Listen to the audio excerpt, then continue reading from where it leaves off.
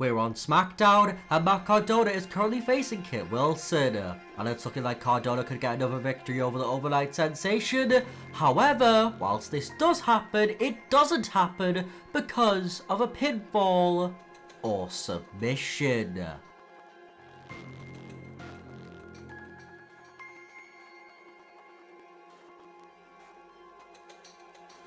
Long time no see, Matt. What the hell happened to you? The indie god. Oh wait. That's now me. I'm the god of the indies. And I'm here to show what WWE missed out on when they released me. Oh, and I didn't come alone. Shotsy Blackheart is back in WWE, and she's rekindled an old flame with a man who vacated the spot she took. But what did she mean when she said she didn't come alone? Well, later on in the night, we get our answer. Braun Strowman is here, the man who arguably single-handedly made Checker Fatu and Almighty is today, and he's here for them debts to be paid back, as he unleashes an attack on Ultimate Werewolf, nailing power slam after power slam with seemingly no end in sight. Not even security can stop the monster among men, as the only man who ends up stopping Braun Strowman is Braun Strowman, who eventually stops his rampage and shouts, "I'll see you around, punk."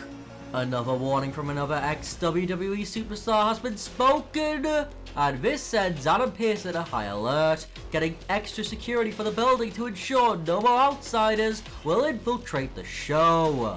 And whilst he believes this has worked, that tune all changes once the main event rolls around, as it's between Io Sky and Bayley, a WrestleMania 40 rematch that always had just a little bit of unresolved baggage. And one of the core reasons for this was because of a certain Damage Control member's release.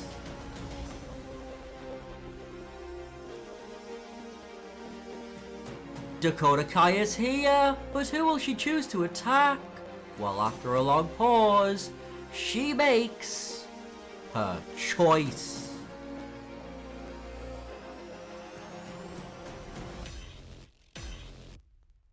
A woman she never got to betray, that is, until this very moment, as she merely glances at Bayley before walking away. And with the referee back up and in the ring, the role model takes advantage of this and drops the Genius of the Sky with a rose plant. Bayley beats Io again, although this time it was all because of the help of Dakota Kai. And this enrages Adam Pearce to no end, as he berates the security for allowing an outsider into the building. However, the voice of reason eventually comes from the horse's mouth himself. Stop stressing, Pearce. I'll address everything this Friday, so for now, just run the show normally. You'll find out what's coming soon enough. Paul Levesque calms the storm of Adam Pearce, but we'll only have to say by Friday. Well, before we get to then, there's one more attack from an outsider, this time in NXT. And the culprit? Well, she's a woman Tana Paxley knows all too well.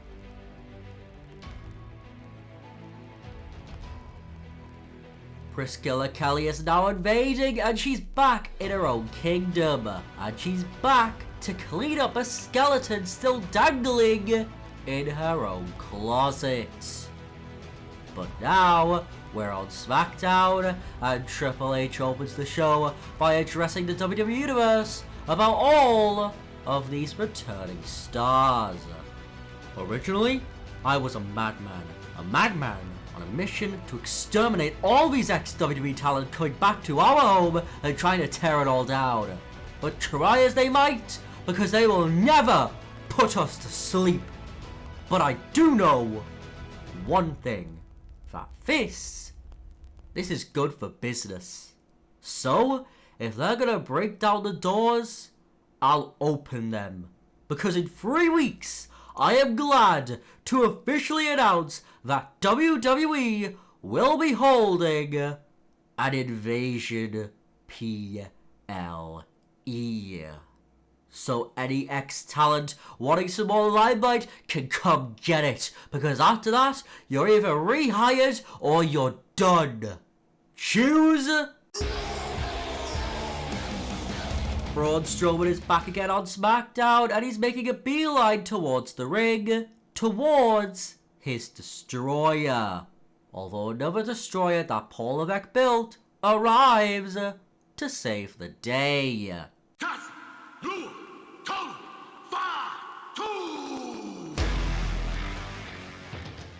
Jacob Fatu wants revenge for last week as the two gods amongst men start slugging it out with one another, and they do so all the way to the back.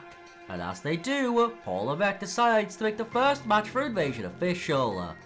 Braun Strowman versus Jacob Fatu inside a steel cage. It's a humongous match made, but what else will be added to the card? Well, perhaps it'll involve Matt Cardona, as he's again assaulted from behind by Shotsy Blackheart, and she's relentless with weapon shots, chairs, kendo sticks, sledgehammers, you name it, she uses it. Until Matt Cardona lies motionless, as with the Indie Queen standing over the Indie God, she says, "Invasion? You and me? Texas Deathmatch." The challenge has been laid down by Shotsy, as once Matt Cardona eventually rises, he accepts the challenge.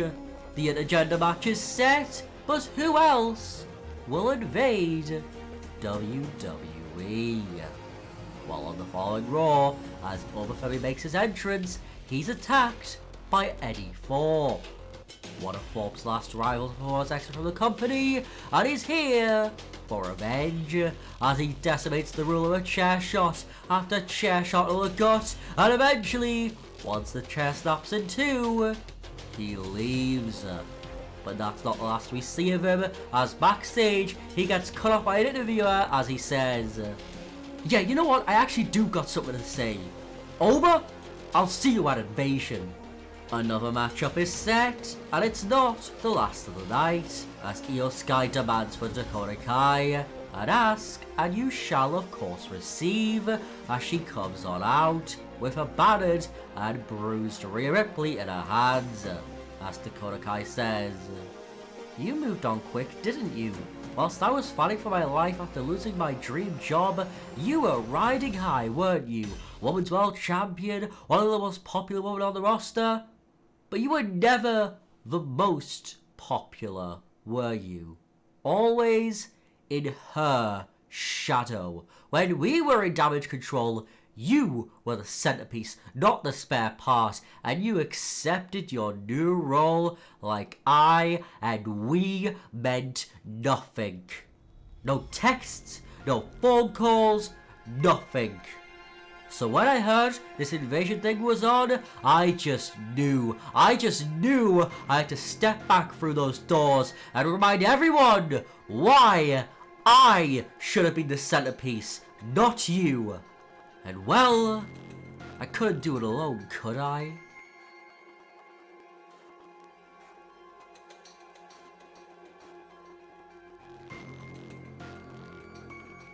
How does this sound, Io? Invasion tag team match.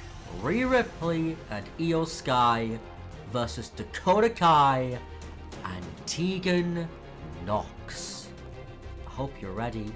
And from here, Dakota Kai drops Rhea Ripley with a big GTK. The tag match is official, and still, that's not all.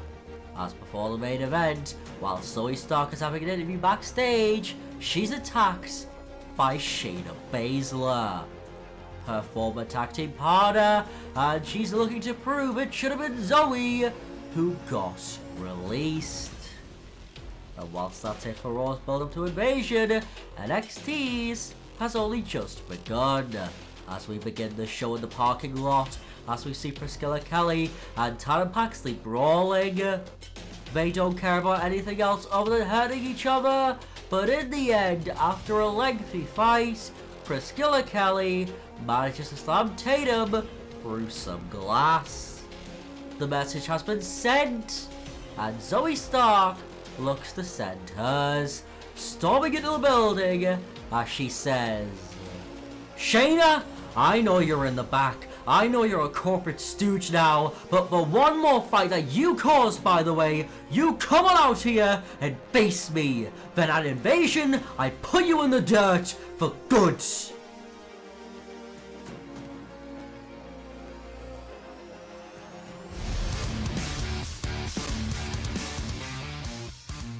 Ask and you shall receive. The Queen of Spades is here. The second longest reigning women's champion in the brand's history is back on the show, and as was suggested, she fights.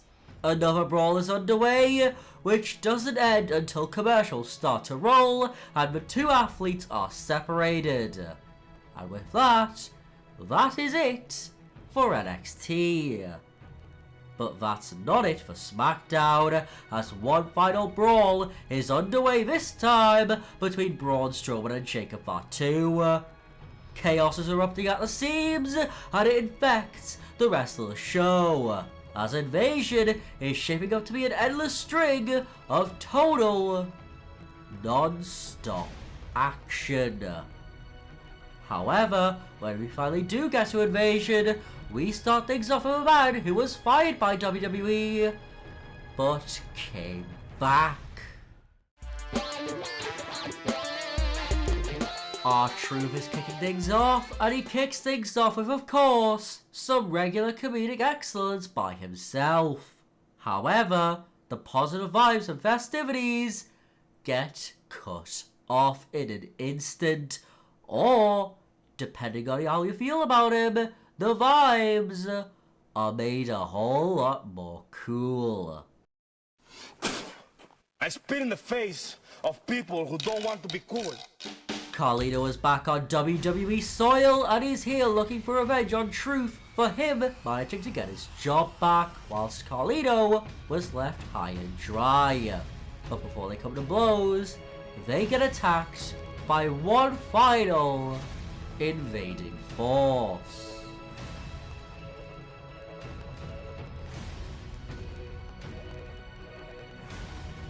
The Good Brothers are once again back in WWE, and they aren't here to mess around, as Carl says, "We've heard all this invasion talk, yet no one seems to think about the two men who revolutionized the concept. So we ain't leaving this damn ring until we get some goddamn respect. Until we face someone of equal value to our impeccable talent, you could consider this show hijacked."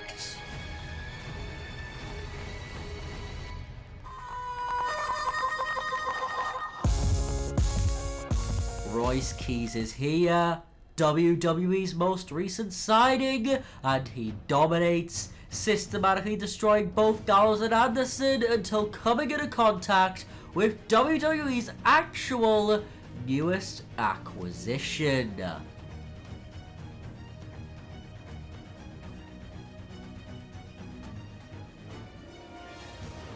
And after one chaotic affair, and there's another, as it's time for Shotsy Blackheart to take on Matt Cardona in a Texas death match. And surprisingly, it's Cardona who lands the first blow, as the two begin to trade strikes like there's no tomorrow, but that's just a scratch on the surface between what these two bring to this match. Oh, and of course, it involves a whole lot of weapons.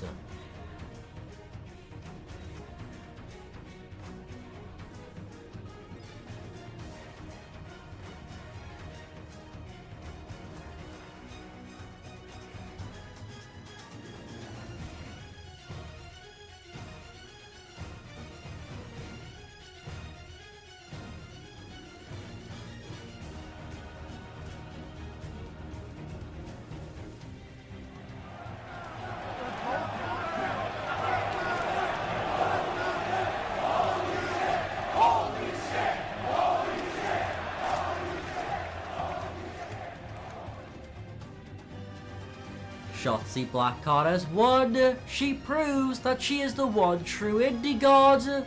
But who will prove themselves to be the superior Chemical X member? As it's time for Tana Paxley to take on Priscilla Kelly.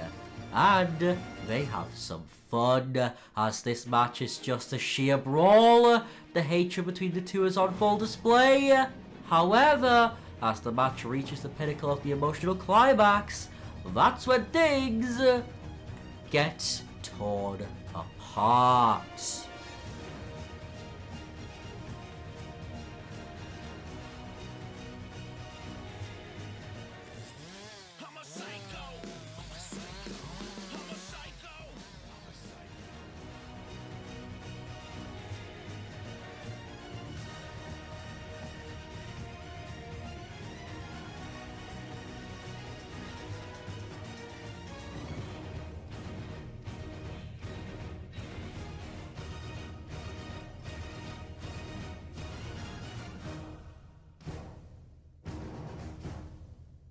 TNA talent have torn the match apart, and that's how the Chemical X saga is officially over.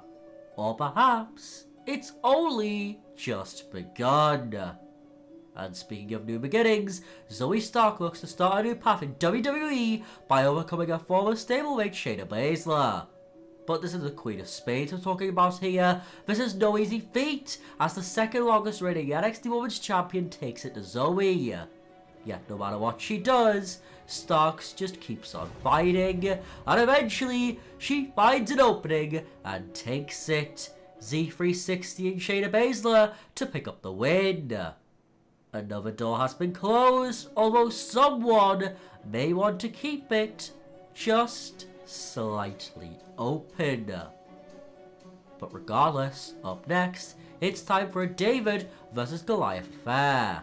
Yet whilst Oba makes his entrance, Eddie sneak attacks him from behind with a kendo stick, battering it onto him over and over again, until it eventually snaps into two. Then he goes into the ring and just waits.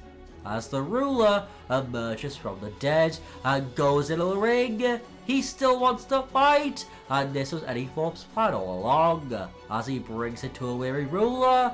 But just like he's done before, and just like he'll do the next, Oba Femi adapts and conquers, quickly turning the momentum on its head, nailing Eddie Thorpe with a huge release back suplex.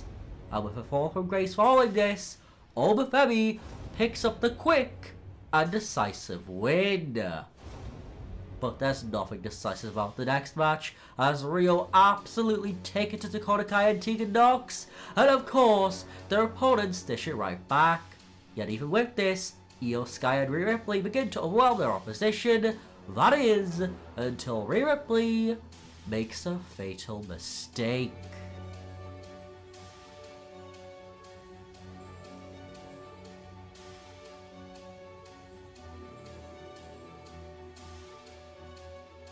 Rhea Ripley lives, so Dakota looks for the finishing blow. However, Tegan Nox tags herself in, and given her nature, Dakota Kai quickly turns on her supposed friend as she leaves the scraps for Rio, who connect a humongous riptide and over the moonsault combination to pick up the win. Rio stand tall, and now all that's left is the main event of the evening.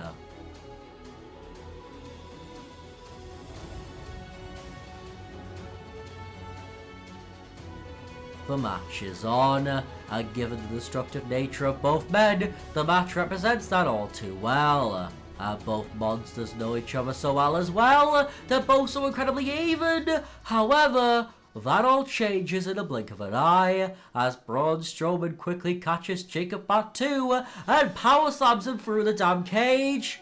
Yet he's not content with the win, he wants more! And so does Jacob, as even though he does technically win the match, the two men want to keep on going. So Triple H comes out and makes a second match between the pair, as the match restarts as a regular singles contest. but even this can't contain the Goliath for much longer, as Jacob Fatu Frankenstein's Braun Strowman with the ring caving in on itself. And even this doesn't satisfy either warrior, who both start to rise. So for one final time, Paul Levesque comes on out and makes one last match, a Falls Count Anywhere affair, and with this, havoc is caused anywhere and everywhere. No one can stop them, that is, until we see Jacob Fatu dive onto the remnants of the top turnbuckle onto the announcer's table, with the monster among men lying on it. As finally, we have a definitive winner. Jacob Fatu wins, and the show closes with the Samoan Werewolf merely walking away from the carnage, contempt at his performance, as in the end, Jacob Fatu won't stop until the job is done.